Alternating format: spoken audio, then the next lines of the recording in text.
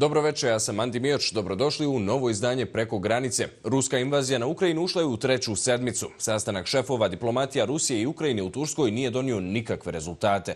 Moskva je poručila da neće napadati nikoga, kao što nije napala ni Ukrajinu, dok je Kijev najavio kreativno razmišljanje o budućim sigurnosnim aranžmanima. Svijet je potresla vijest iz Mariupolja, čije su lokalne vlasti objavile da su ruske snage bombardirale porodilište. Održani su prvi razgovori Moskve i Kijeva na najvišem nivou od početka ruske invazije na Ukrajinu. Na jugu Turske jučer su razgovarali šefovi diplomatija Rusije i Ukrajine Sergej Lavrov i Dmitro Kuleba. Napredak nije postignut ni kada je riječ o prekidu vatre, niti o pitanju humanitarnih koridora. Kuleba je nakon sastanka rekao da Kijev sada kreativno razmišlja o budućim sigurnosnim aranžmanima. Kako je rekao, Ukrajina je svjesna da NATO nije spreman da zaustavi rat i spasi civile. Tragic situation is currently now in the city of Mariupol, on the Sea of Azov. The city is being bombarded from the air. It's being hit by artillery fire. And I came here with a humanitarian purpose, to walk out from the meeting with the decision to arrange a humanitarian corridor in and from Mariupol. Sergej Lavrov je s druge strane rekao da Rusija nije napala Ukrajinu i da ne planira napasti druge zemlje. Slike pogibije civila i djece nazvao je lažnim vijestima. Poručio je da Moskva neće opravdavati svoje akcije u Ukrajini nikome i da neće samo posmatrati kako se u Ukrajini gradi nacistička nacija. Na pitanje o ubistvu 3 civila, uključujući i jedno dijete tokom bombardiranja porodilišta u Mariupolju, Lavrov je odgovorio da su porodilište preuzeli radikalni militanti. На заседании Совета Безопасности ООН были предъявлены факты нашей делегации о том, что этот родильный дом давно захвачен батальоном «Азов» и прочими радикалами, откуда выгнали всех роженец, всех медсестер, вообще весь обслуживающий персонал. Это была база ультрарадикального батальона «Азов». Эти данные были предъявлены 3 дня назад.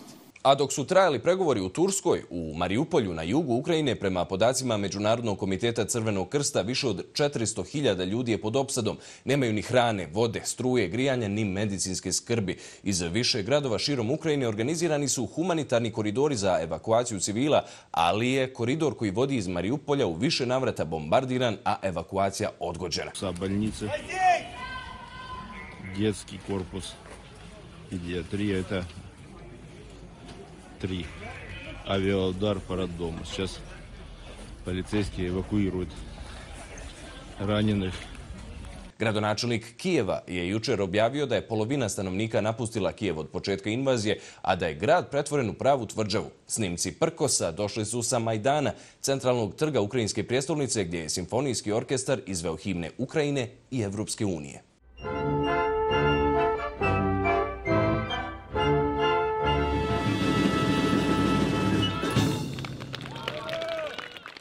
Nove runde sankcija Rusiji ove sedmice dolaze sa svih strana svijeta. Američki predsjednik Joe Biden zabranio je uvoz ruske nafte, gasa i uglja. Velika Britanija je najavila da će pratiti SAD dok se odluka Evropske unije očekuje u narednim danima. London je jučer objavio da zamrzava imovinu oligarha, među kojima je i vlasnik Chelsea, Roman Abramović.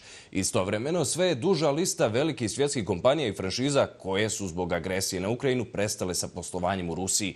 O tome da li diplomatija može prekinuti agresiju i šta će zaustaviti ruskog predsjednika Vladimira Putina, u nastavku govorimo sa Olgom Lautman, višom saradnicom Centra za analizu evropskih politika i kreatoricom podcasta Kremlin File, u kojem se analiziraju operacije Kremlja i taktike korištene za potkopavanje demokratije u drugim zemljama. Dobro večer, Olga. Kako gledate na sastanak šefova diplomatija Rusije i Ukrajine Sergeja Lavrova i Dmitra Kulebe u Turskoj? Sam sastanak i nije polučio konkretne rezultate.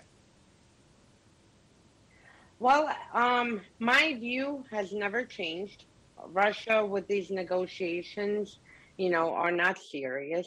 They continue to have these negotiations, but they are still killing civilians and, women, men, children in Ukraine during these negotiations. And even we've seen with the past ceasefires they open up the corridors and then target these civilians.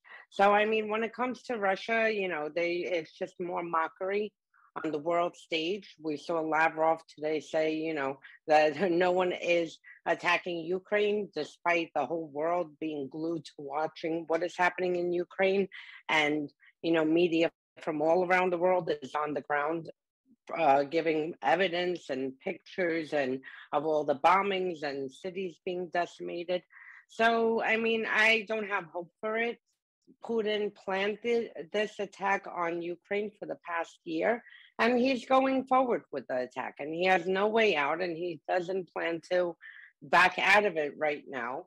And that's it. And, the rest is just a waste of time.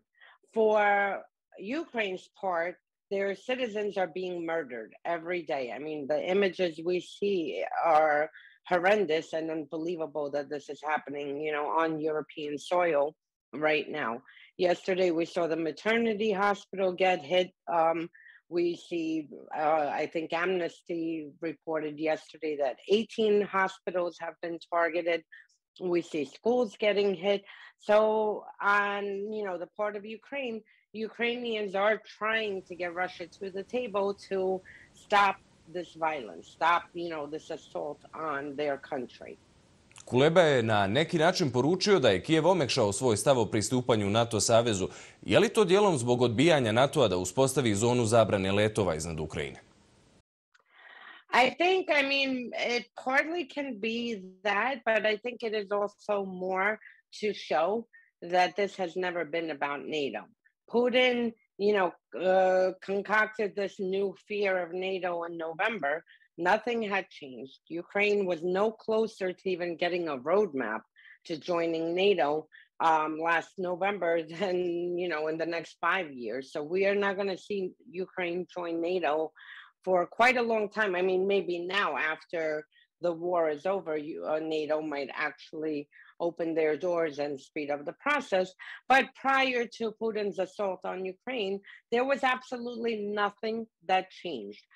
Ukraine didn't get closer to joining NATO. Georgia didn't get closer to joining NATO. The countries that joined, after 1997, nothing changed with them. They were still part of NATO. There were no aggressions by NATO towards Russia. So I think it is also on the part of Ukraine to show the world that this NATO, narrative that Putin invented, his sudden, worry about NATO, is just, it's not correct. And that is just, a gaslighting narrative for people to be focused and try to, blame Ukraine for having a way to end Putin's brutal assault on their country. Šta je prema vašem mišljenju potrebno da se zaustavi ruska agresija? Ima li diplomatija šansu? Veliki broj zemalja je ponudio da bude domaćin pregovorima o prekidu vatre. Diplomacy never stood a chance because Putin and Russia never went into diplomacy talks with the U.S., with NATO, with Europe, and up to now, with the actual intention of having these diplomacy talks work out. They're not interested in diplomacy. They never were interested in diplomacy. Putin has his military strategy, which was Belarus, which they softly annexed, then Ukraine. They're also interested in Moldova. So this is even more about, more than Ukraine. As far as what is needed, I think at this point, nothing can stop it except Putin and possibly if the people in Russia come out against what is happening and what their country is doing right now. But as far as anything that we can do, there's nothing that can stop it because this is Putin's military strategy. When he decides that he has taken enough losses and that his economy is destroyed, and and that he can't afford this war, that is the only thing that will make him exit early. Other than that, whatever we do, no matter what we offer to Russia, short of maybe disbanding NATO, they're not going to accept it. They're just going to make a mockery of it. Vjerujete li da bi oštre sankcije koje su uvele zemlje Zapada, veliki pad rublje i odlazak svjetskih brendova iz Rusije mogli biti dovoljni da potaknu Ruse da izađu na ulice i na taj način pokušaju promijeniti vlast? I think it is going to at least shift them because the Russians have been too comfortable over the past, decade, accepting all the atrocities that Putin has committed on behalf of Russia. I mean, we've seen what he did in Chechnya, in Georgia, in Ukraine from 2014 to now, in Syria. And Russians have been too complacent because nothing had shifted for them. They're better than the Soviet Union days because they're now waiting in bread queues. But, he hasn't dramatically made their lives better either. But now with this ruble collapsing, and I've talked to a lot of people and family inside of Russia, they are finally beginning to at least wake up and acknowledge something, that their life is going to shift. People who bought more properties, their mortgages doubled overnight. The ruble is worth nothing.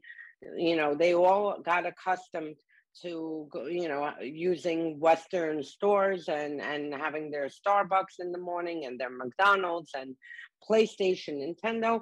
All of this has been cut off. And Russia, under Putin right now, has closed the information space, made it very incredibly hard for information to get in there of what is actually happening by Putin's regime.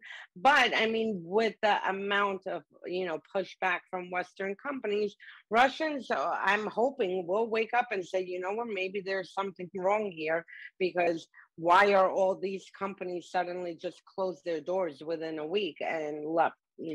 So I think it is going to have an effect. We're not going to see it tomorrow. It's not enough to save Ukrainians who are being murdered every single day. But for the long term, I do see it having a big effect. Hvala vam što ste govorili za Preko granice. Thank you.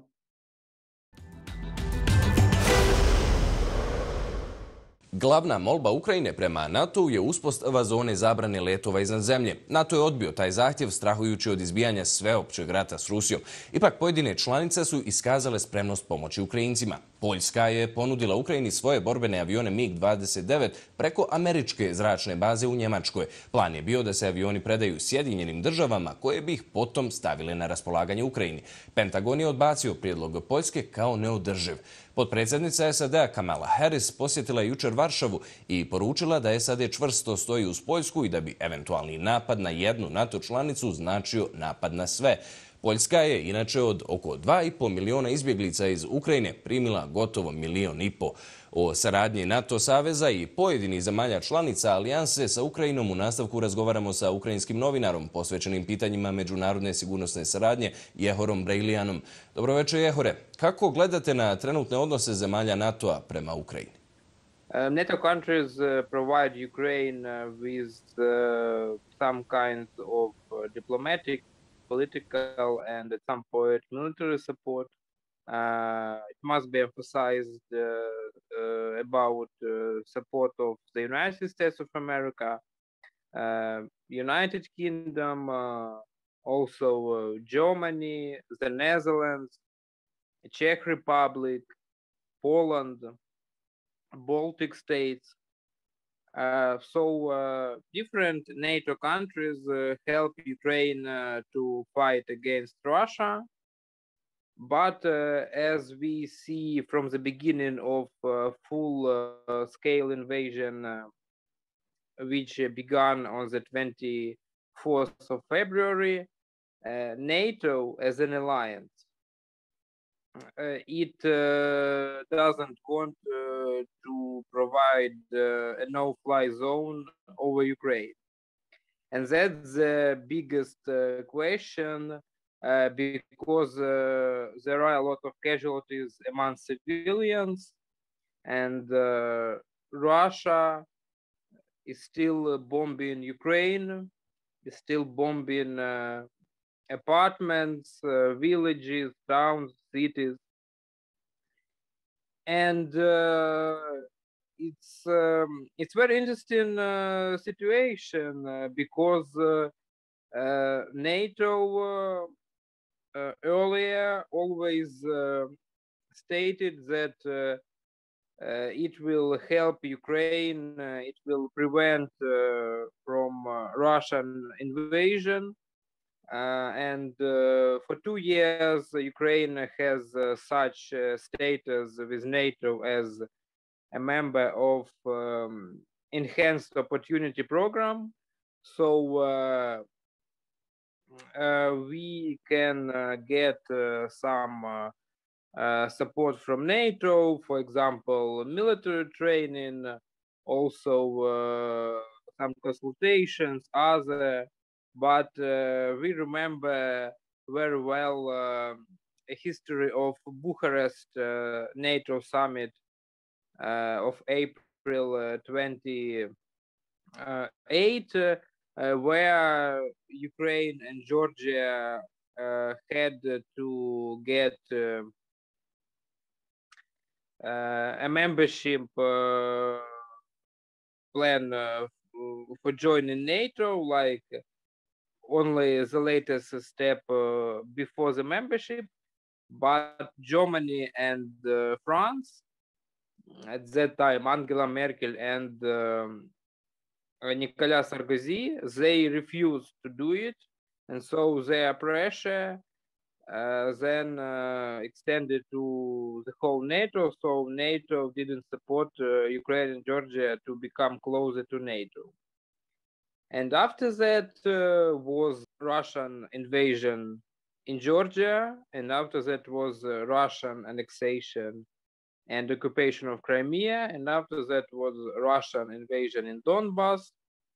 After that was Syria and other Russian military involvement all over the world.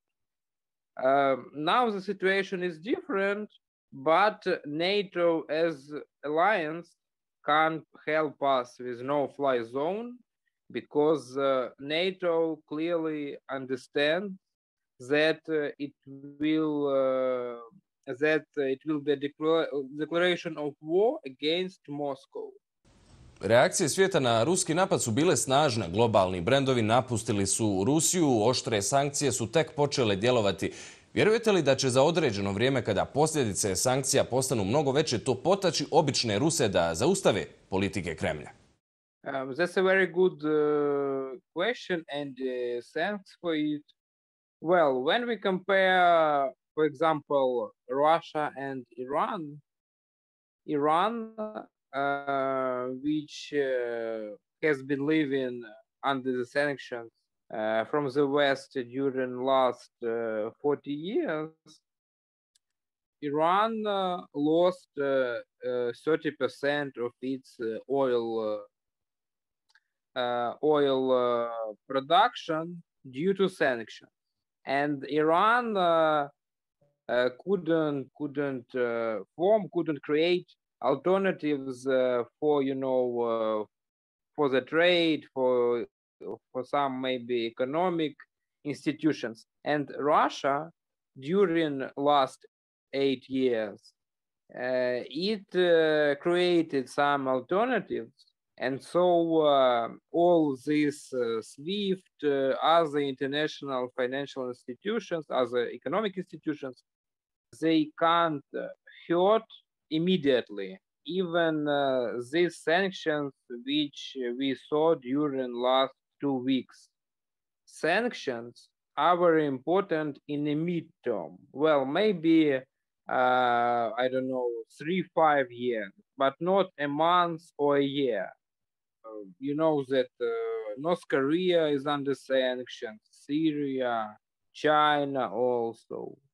The sanctions, only the sanctions, can't be the reason to start some riots in Russian region.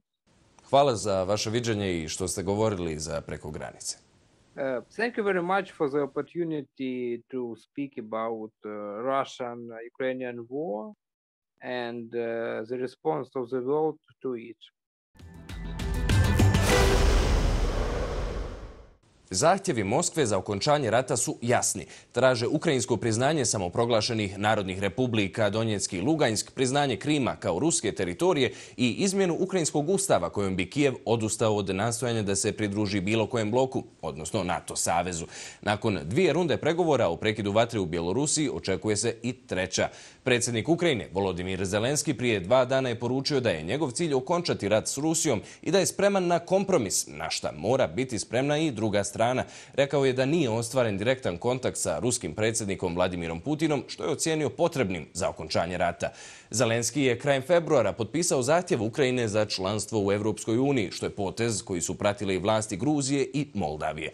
Ruska agresija promijenila je raspoloženje u Švedskoj i Finskoj, tradicionalno vojno neutralnim zemljama. Prema posljednjim istraživanjima javnog mnijenja, podrška članstvu u NATO savezu u obje zemlje nadmašila je protivljenje. Finski predsjednik je objavio da će njegova zemlja preispitati svoju sigurnosnu politiku da bi odlučila da li će pristupiti NATO-u, dok je švedska premijerka odbacila pozive opozicije da se razmotri ulazak Švedske u NATO. O mogućem širenju zapadnih organizacija, pregovorima o prekidu vatre i mogućoj daljoj eskalaciji rata razgovaramo sa Andreasom Ullmandom, analitičarom Štokholmskog centra za istočnoevropske studije na Švedskom institutu za međunarodne odnose.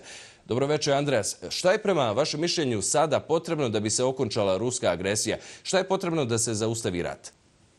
I think what is needed is a combination of sanctions, of military support for Ukraine, sanctions against Russia, military support for Ukraine, and as much as possible diplomatic contacts between different actors.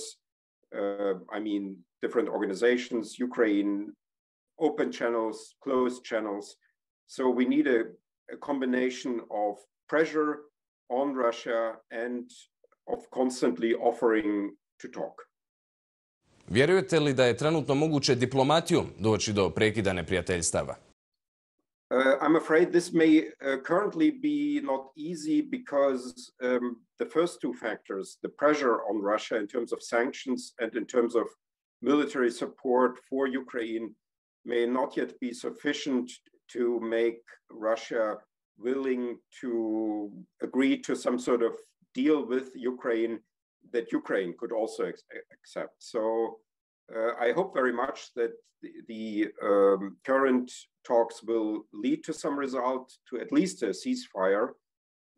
But I'm afraid that currently the positions may still be too far away, and that perhaps Putin may still have the impression he can get more if he escalates further.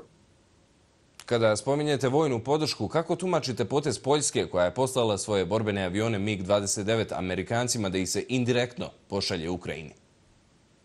I think it's from the Polish side a move in the right direction, although we still have to see whether actually these planes will eventually appear and whether they will eventually be employed by Ukraine. So that is still an open question for me, whether we will ever get to an actual operation of these planes in the Ukrainian airspace. So I'm still waiting for this to happen, and we need more of that.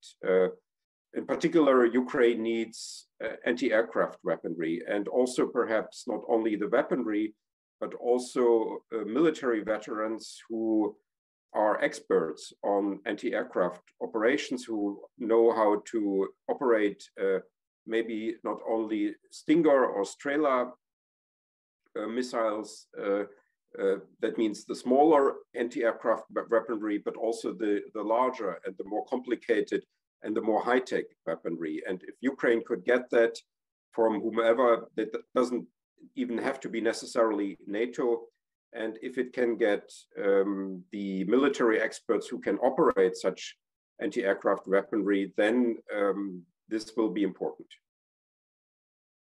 Šta očekujete da će se desiti sa NATO savezom i Evropskom unijom zbog ovog rata u smislu primanja novih članica? Vidjeli smo da nekoliko zemalja pokušava ubrzati svoj evropski put, a vidjeli smo i spekulacije da bi se Švedska i Finska mogle pridružiti NATO savezu.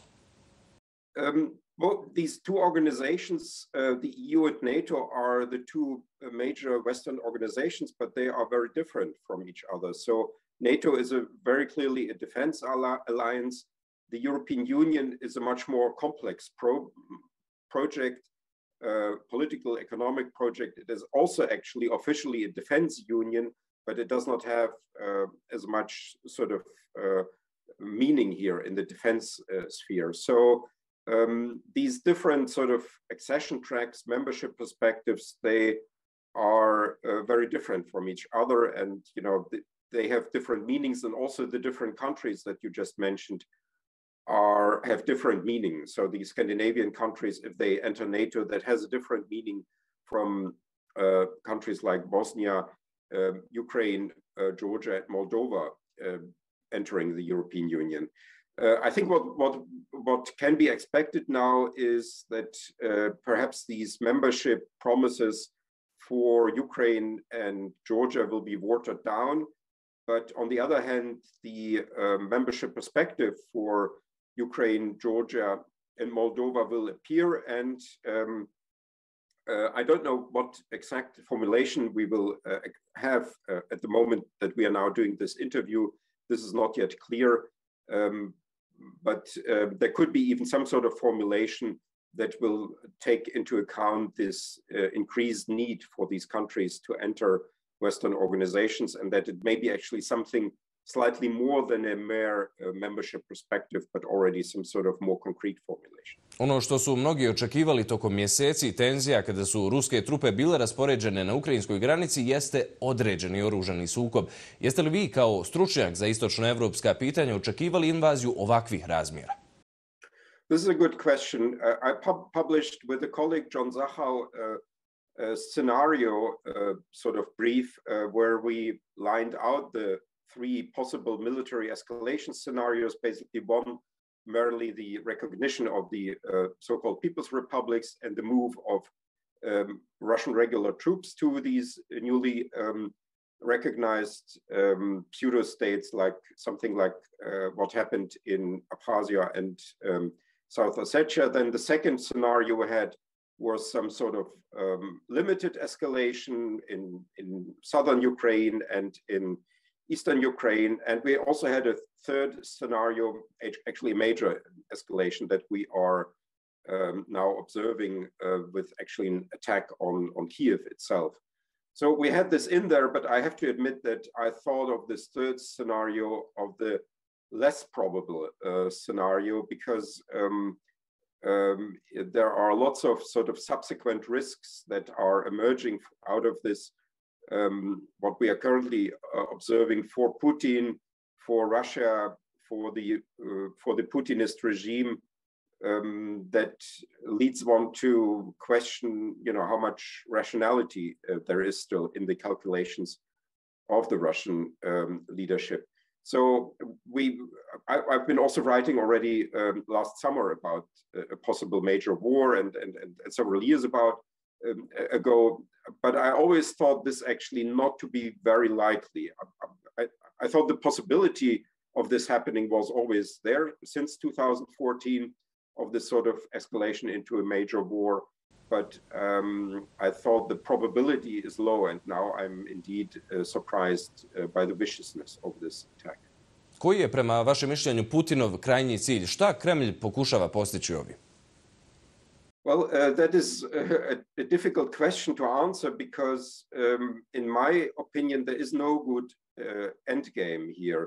I think the idea in Moscow was that you would basically swiftly go into Kiev and then install a puppet regime in Kiev. And I think both of these ideas, that you can swiftly, get a victory against Ukraine, and that you can simply install a puppet regime in Kiev, are something that, as we now see, is not possible, at least not quickly possible. And even if Putin eventually succeeds in installing a puppet regime, that will be a highly volatile, unstable situation, because the people will not accept that. The Ukrainian political culture is different from the Russian political culture, where something like sort of Moscow regime change can perhaps happen, and then basically the new ruler would then say, now I'm the boss, and then most of Russia would sort of accept that. But that is not possible in Ukraine. And so there's a lot of miscalculation here going on the Russian side. And I don't see actually a clear win for Putin. He can destroy even more.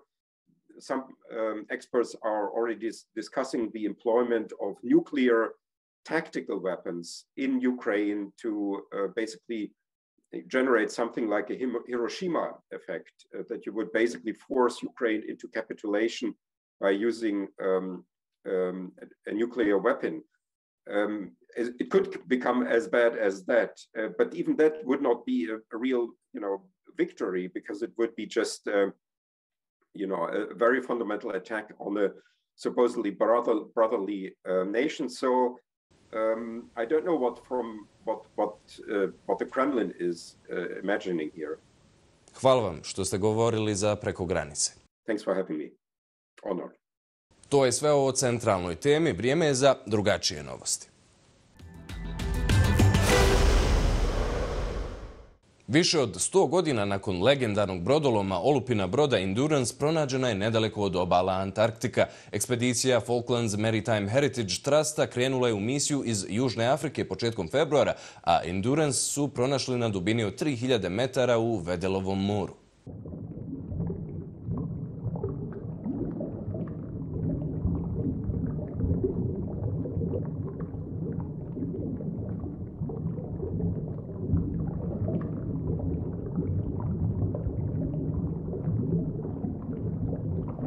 Dok se čeka ishod pregovora o nuklearnom sporazumu sa svjetskim silama iz 2015. godine, Iran je objavio da je uspješno lansirao vojni satelit u orbitu. Islamska revolucionarna garda je satelit Nur-2 opisala kao izviđački.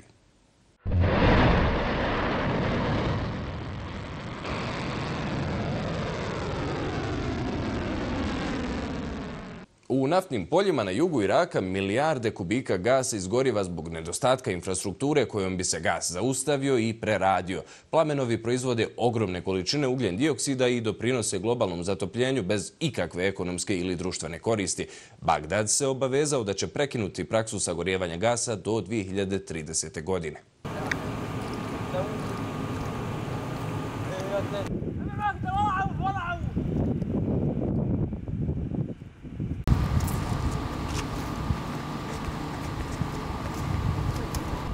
To je sve za večerašnje izdanje emisije Preko granice. Hvala vam za pažnju i doviđenja.